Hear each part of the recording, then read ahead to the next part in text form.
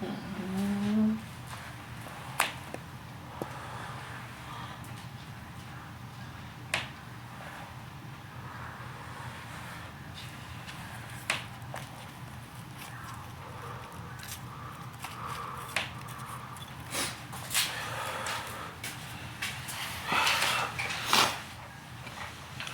good? 13 Love, Rise Up Fly High, Stay True like the 9's. We're Yellow Bay. Son of Big I'm a mama, and that's his natural rules, niggas, nigginis.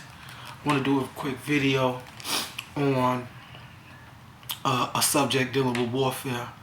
And one of the latest warfares that we've been dealing with over the last few hundred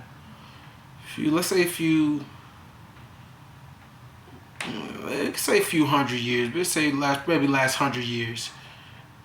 Really still last from the 100 years dealing with the Vietnam War, where we really seen this style of warfare take place. Up until that point, warfare was very simple, was very into the ideal of dealing with like strategic battle, as far as seeing literal chess play out in the physical world, dealing with battlefields and dealing with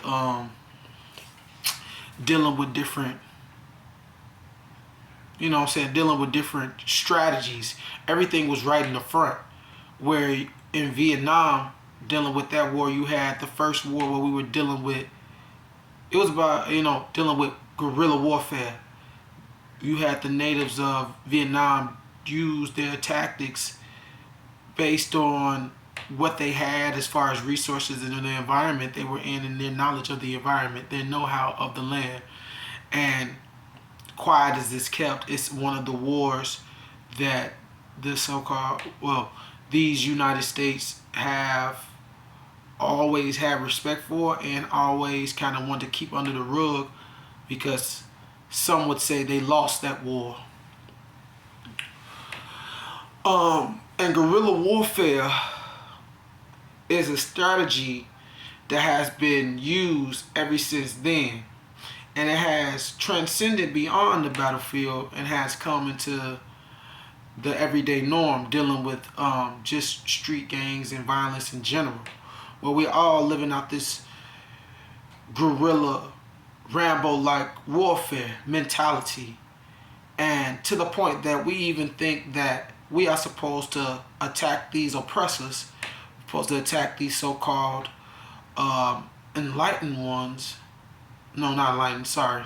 Illuminated ones, these so-called illuminated people, the same way. And that's not the case. You're not supposed to be, those tactics may have been more, as a greater combatant against what they were trying to do in the times when they were used, like dealing with the Panthers, dealing with like the, even as far as the civil rights movement, dealing with Martin Luther King, and dealing with Malcolm X. Even though at first glance it might seem that they were on different sides of the spectrum, they were still showing the root source of energy that they were using to create these different licensed spectrums was still in the guerrilla warfare tactic, meaning that they were in the public with it. They were not afraid to come out and say what they had to say on their mind,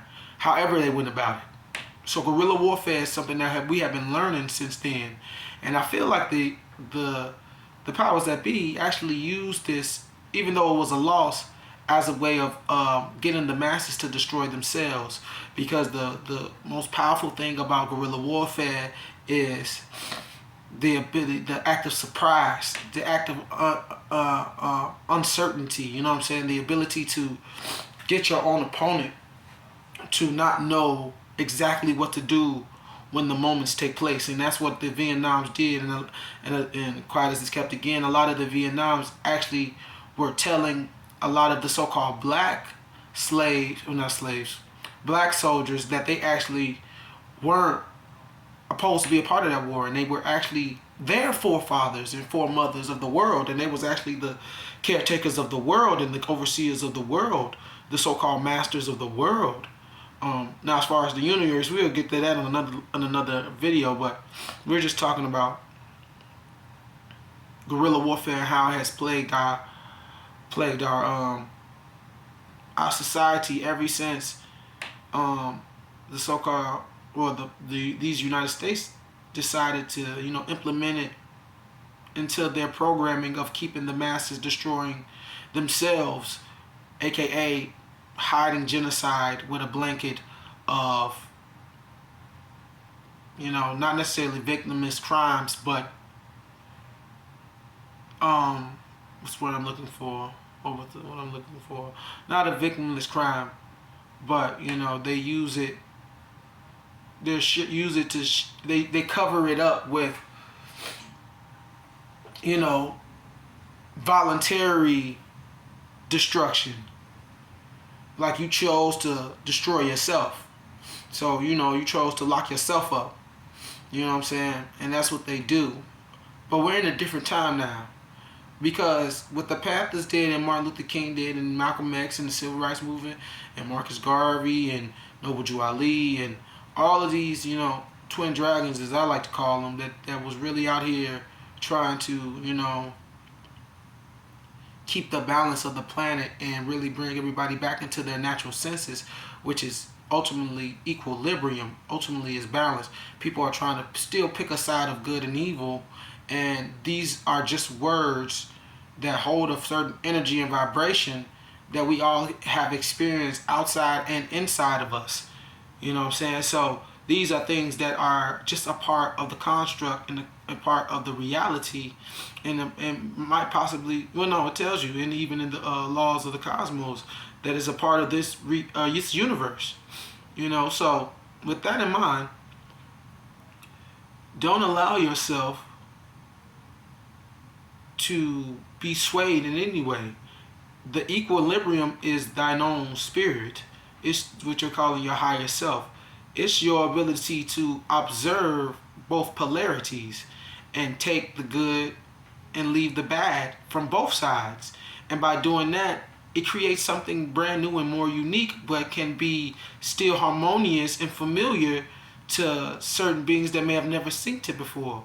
So it might be a situation where you might feel naked as a spirit, but ultimately you will find help, you will find support, and you will find, know-how and wisdom from spiritual predecessors that will guide you along the journey to the period where you are no longer naked and you learned how to clothe yourself.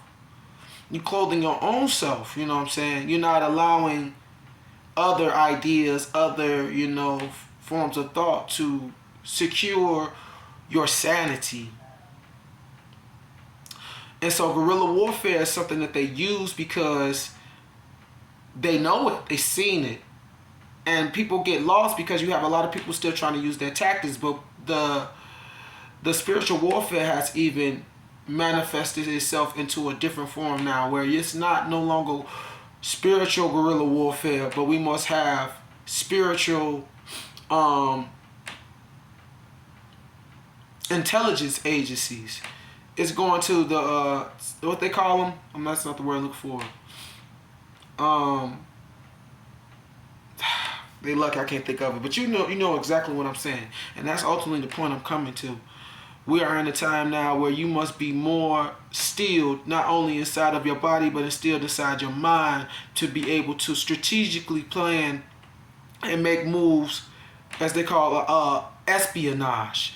We have to be spiritual espionage, and what we are working for is for ourselves, and working for the betterment and the sustaining of ourselves, especially after we have went through certain detachments, certain detoxifications, and certain realizations. We will come to the realization that by working on ourselves and ultimately working for the betterment of what lineage we can create in the world would automatically create a better world if we're all doing it on the same accord. That's it. That's all. And that's all I wanted you to know. 13 love, 13 wisdom, 13 knowledge, and 13 respect. Rise and fly high, stay true like the 9's. And I ain't channeling nothing, baby. This is what I learned from the elders as I went and said in my own meditation. This is coming straight from Royale. El Royal, if you don't know. Go look me up in the books. I'm in there for sure. 13 love. I'm out.